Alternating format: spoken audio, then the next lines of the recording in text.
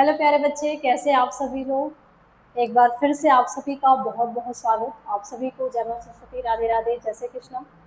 I hope कि आप सभी प्यारे बच्चे बहुत अच्छे, स्वस्थ, मस्त और आपकी जो तैयारी है वो बहुत बढ़िया तरीके से चल रही होगी। तो आज की इस क्लास में हम लोग देखेंगे अगले पार्ट यानी मानव जन्म का जो अगला पार्ट है, जिसमें बेटा हम डिस्कस करने वाले हैं अंड जन्म को, यानी जिसको बेटा हम कहते हैं जेनेसिस।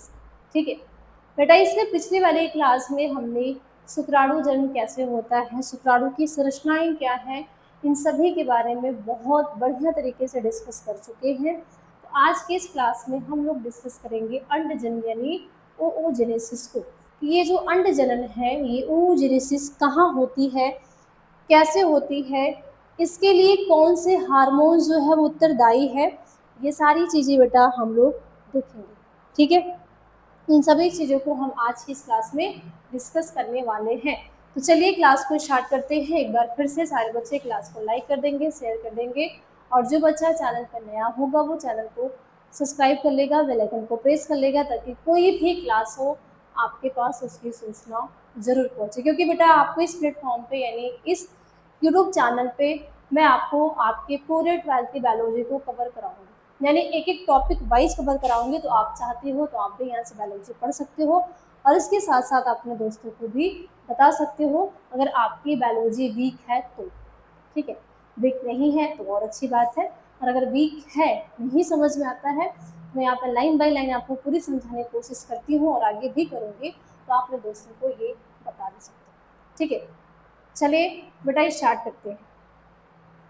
बात करते हैं ये जो अंड जन्म है, ये अंड जन्म कहाँ पे होता है। ठीक है बेटा, तो ये जो अंड जन्म है,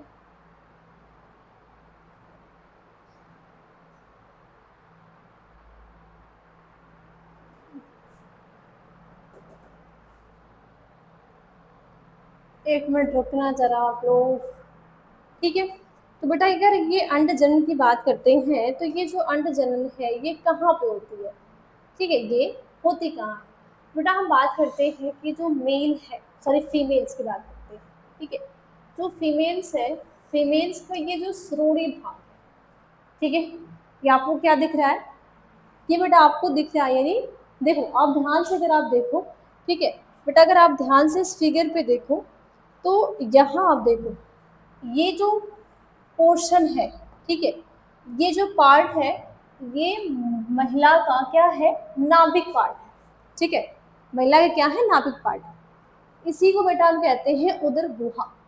तो ये जो महिलाओं में जो इसका जनन तंत्र होता है वो कहाँ विकसित होता है, वो उदर गुहा के बाहर होता है।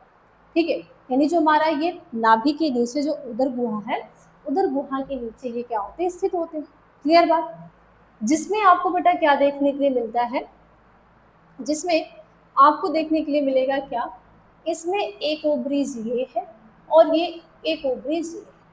तो दोनों को मिला के हम क्या कहते हैं कि जो मादा जनन तंत्र है उसमें दो ओवरीज पाई जाती है। ठीक है, इसके साथ साथ बेटा आपको ये यहाँ से यहाँ तक का जो पार्ट दिख रहा है, इस वाले पार्ट को हम क्या कहते हैं, यूट्रस कहते हैं। क्या कहते हैं, इस पार्ट को हम यूट्रस कहते हैं। ओके, फिर यूट्रस के नीचे आएंगे सर्विक्स होता है। ठीक है, सर्विक्स के नीचे हम आएंगे बेटा वजाइना, और एक आपको यहाँ पे कैंसर दिखाई दे रहा है, यानी कभी कभी आपने बेटा यहाँ पे सुना होगा ये कैंसर भी हो जाती है। फीमेल का जो वजाइना पार्ट होता है वहाँ पे कैंसर भी हो जाते हैं। वो कैंसर कहाँ होता है, यानी बेटा जो सर्विक्स है इसके नीचे पार्ट जो वजाइना है वहाँ पे ही कैंसर सेल्स पाई जाती है, वहीं पे क्या हो जाते हैं, कैंसर हो जाते हैं। ठीक है, अगर इस डायग्राम को और बेटर तरीके से अगर आप देखो क्या हो रहा है,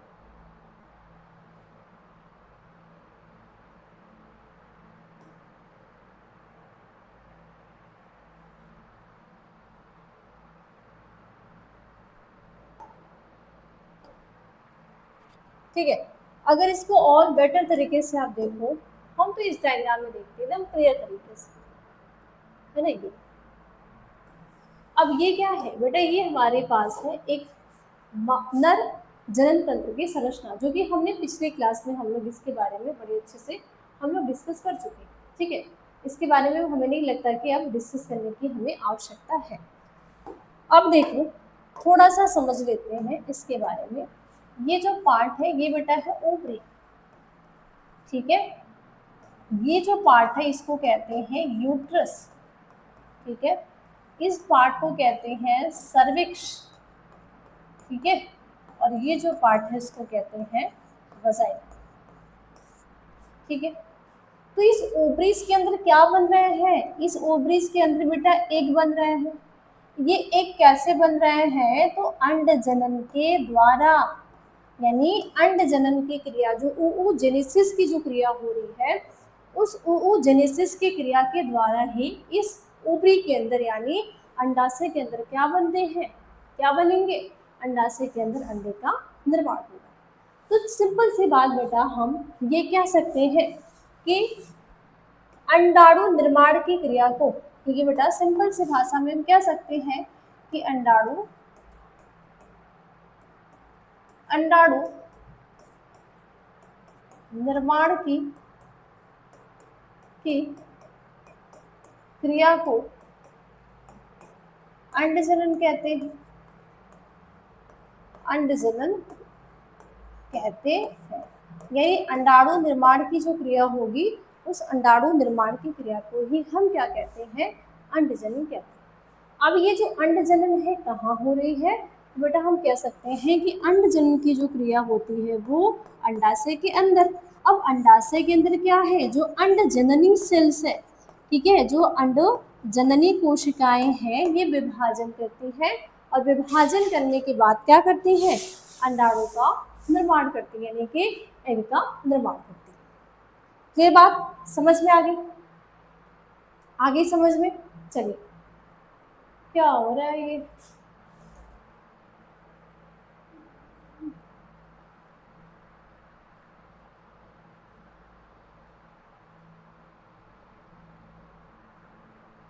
ठीक है।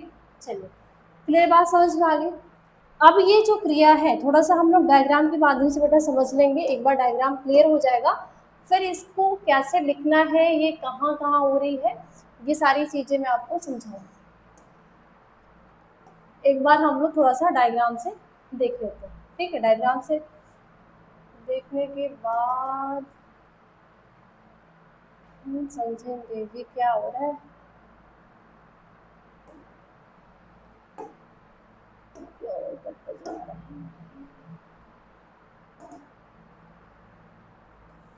चलो तो हम बात कर रहे हैं किसकी, oogenesis की। आई होप कि आप सभी को ये दिख रहा होगा,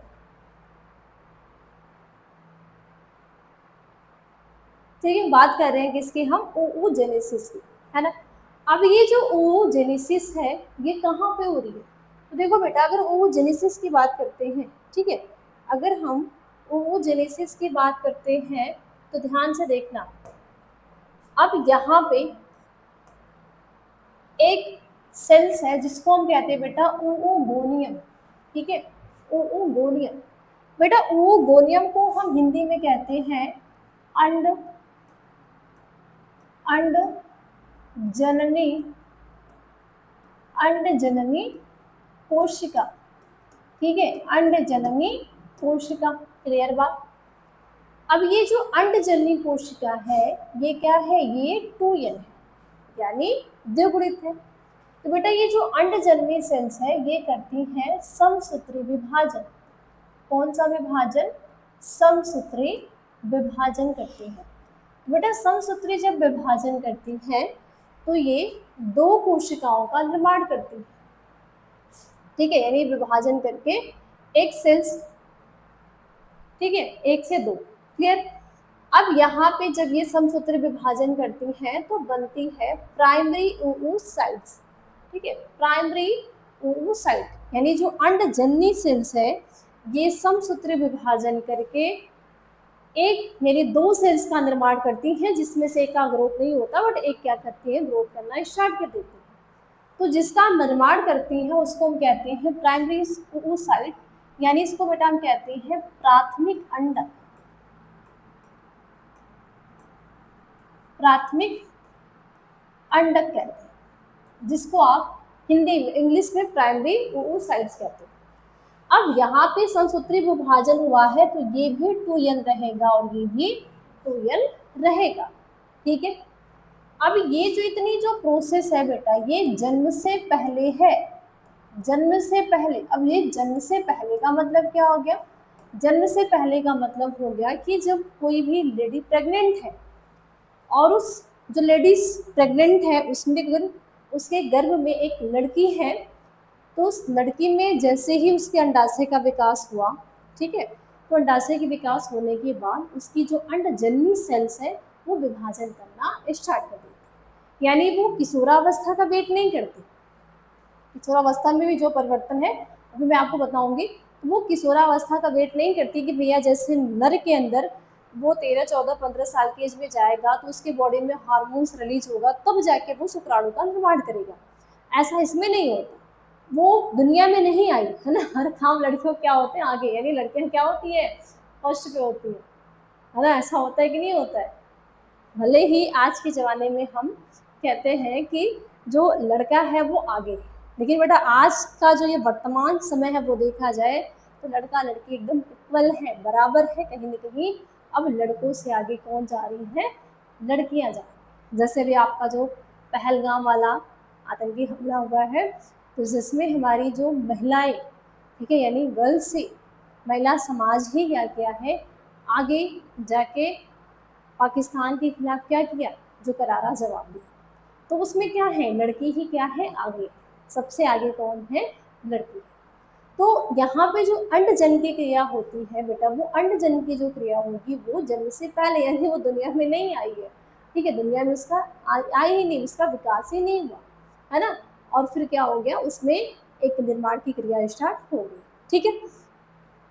अब यहाँ पे जो प्राथमिक अंडक है, ठीक है, जो प्राथमिक अंडक है अब वो करेगा बेटा मियोसिस फर्स्ट। बेटा मियोसिस फर्स्ट का मतलब होता है अर्धसूत्री, मियोसिस का मतलब होता है अर्धसूत्री। तो जब ये अर्धसूत्री विभाजन करेगा तो एक से दो सेल्स का निर्माण करेगा। एक सेल जिसको कहते हैं सेकेंडरी oocytes, सेकेंडरी oocytes को हम क्या कहते हैं? द्वितीयक, द्वितीयक अंडक या द्वितीयक अंडाणु, ठीक है, सेकेंडरी oocytes को, ठीक है।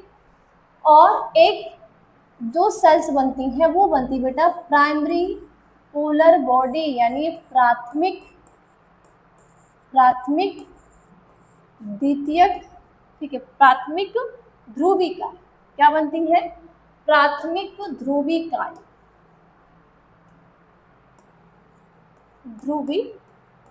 ध्रुविकाएं का निर्माण होता है, ठीक है, क्लियर बात। अब यहाँ पे जो नंबर ऑफ क्रोमोसोम होते हैं वो नंबर ऑफ क्रोमोसोम में बदलाव हो जाएगा। क्यों?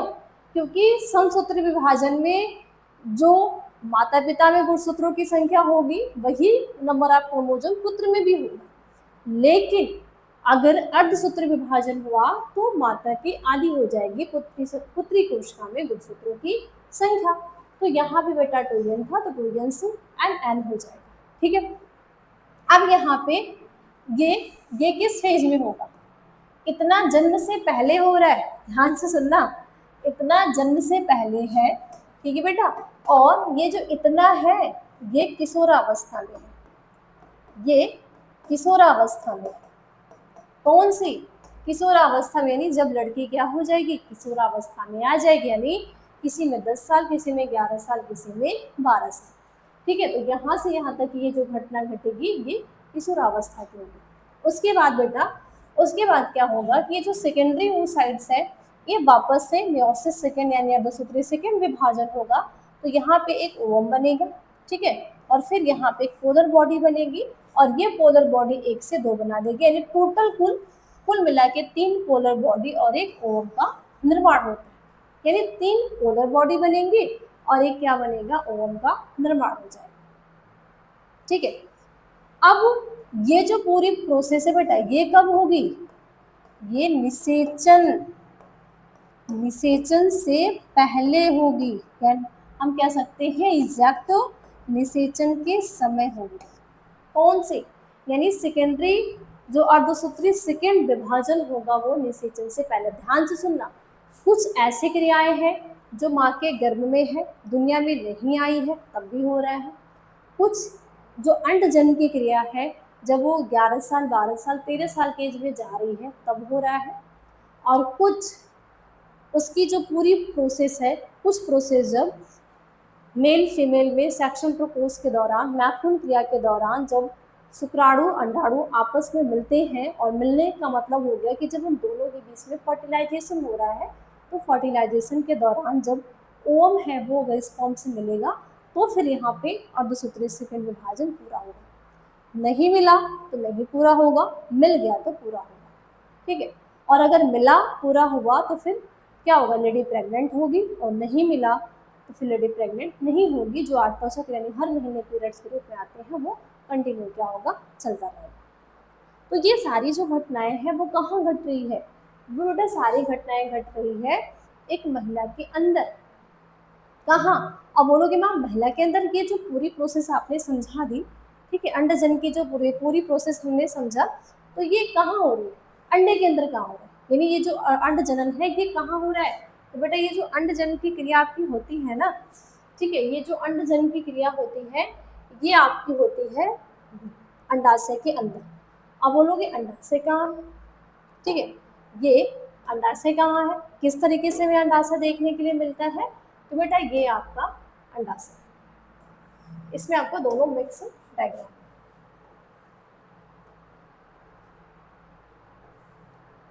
ठीक है, ध्यान से देखना, ध्यान से देखना। अब यहाँ पे जो क्रिया हो रही है oogenesis हो रही है, ठीक है, ये जो बेटा आपका पूरी प्रोसेस यहाँ से नीचे वाली जो प्रोसेस है, ठीक है, नीचे वाला जो फंक्शन है, तो ये नीचे वाला जो फंक्शन है oogenesis का है, और ऊपर क्या है, अंडाशय की संरचना। अंडाशय की संरचना में ध्यान से देखना, जैसे हम बात कर रहे हैं स्टार्टिंग फेज में कि बेटा यहाँ पे देखो, यहाँ पे ब्लड सेल्स है, यानी ब्लड सेल्स तो हर जगह है हमारी बॉडी में, धमनी सिरा आपको हर जगह देखने के लिए मिलती है, ठीक है, तो ये तो हो गई आपकी ब्लड सेल्स। तो ब्लड सेल्स यानी धमनी और सिरा, यानी एक का काम हो जाएगा कि ब्लड को, शुद्ध ब्लड को लेके जाना, और एक का काम हो जाएगा अशुद्ध ब्लड को लेके जाना, तो ये तो ब्लड सेल्स का काम हो गया। यहाँ पे प्राइमरी फॉलिकल दिख रहा है ना, ये सभी, ये जो फॉलिकल है, ठीक है, तो ये फॉलिकल कब बनते हैं बेटा, ये जो फॉलिकल है धीरे धीरे कुछ कुछ फॉलिकल जो होते हैं वो गर्भाशय अवस्था में बनते हैं, कुछ फॉलिकल जो होते हैं कब बनते हैं, जब वो किशोरावस्था आती है तब, ठीक है, तो ये प्राइमरी फॉलिकल, ठीक है, ये जो फॉलिकल है, ठीक है, ये किसका निर्माण किए, प्राइमरी फॉलिकल का, प्राइमरी से सेकेंडरी बना, बेटा सेकेंडरी से टर्सरी बना, ठीक है, टर्सरी में देखा जाए तो ये मेच्योर फॉलिकल बना, मेच्योर फॉलिकल जब बेटा फट गया तो यहाँ से ओवम जो है वो बाहर रिलीज हो गया, ठीक है, ओवम बाहर रिलीज होने के बाद बाकी जो फॉलिकल का, यानी जो मेच्योर फॉलिकल बनी, जिसको ग्राफिन पुटक कहते हैं, वेरी वेरी इंपॉर्टेंट है आपके एग्जाम में ग्राफिन पुटक की संरचना। तो ये जितनी भी संरचना वाली क्लास होगी मैं एक क्लास में आपको लेके आऊंगी, ठीक है, यानी चैप्टर वाइज मैं डायग्राम लेके आऊंगी, जैसे कि मानव जन्म के जितने भी इंपॉर्टेंट डायग्राम है वो एक क्लास में, ठीक है, पुष्पी पादपों में लैंगिक जन्म के जितने भी डायग्राम है एक क्लास में, आपका जनन स्वास्थ्य में क्या डायग्राम है एक क्लास में, ऐसे करके मैं क्लास वाइज डायग्राम भी लेके आऊंगी ताकि डायग्राम आप अलग क्लास में समझ सकें, ठीक है। अब ये जो बेटा फॉलिकल है ये चेंज हो जाता है किसमें, कार्पस लूटियम, ठीक है, तो ये कार्पस लूटियम क्या करता है, ये दो प्रकार के हार्मोन्स को रिलीज करता है, एस्ट्रोजन हार्मोन्स, ठीक है, और प्रोजेस्टेरोन हार्मोन्स। एस्ट्रोजन और प्रोजेस्टेरोन ये दो तरीके के हार्मोन्स को रिलीज करता है। तो जब एस्ट्रोजन प्रोजेस्टेरोन रिलीज होने लगते हैं तो बेटा ये oogenesis की क्रिया स्टार्ट हो जाती है, ठीक है, तो यहाँ पे oogonium सेल्स क्या की, प्राइमरी oocytes, प्राइमरी से सेकेंडरी oocytes, ठीक है, सेकेंडरी में प्राइमरी पोलर बॉडी बनेगी, फिर क्या बनेगा, सेकेंडरी से विभाजन होगा तो ओवम का निर्माण, और यहाँ पे 3 पोलर बॉडी का निर्माण हो जाता है। तो तीनों पोलर बॉडी का यहाँ पे कोई भी कार्य नहीं है, कार्य है तो किसका है, ओवम। ओवम का कार्य किसके लिए है, फर्टिलाइजेशन के लिए। किसके लिए बेटा होगा, ओवम का जो फंक्शंस आपको होगा वो फर्टिलाइजेशन के लिए होता है। आई होप कि आप सभी को ये अंडजनती क्रिया बहुत अच्छे तरीके से समझ में आ गई होगी। तो बस आज के लिए इतना ही, मिलते हैं हम लोग अगली क्लास में इसके नेक्स्ट टॉपिक के साथ। तो सभी को बाय बाय, टेक केयर, जय माता दी।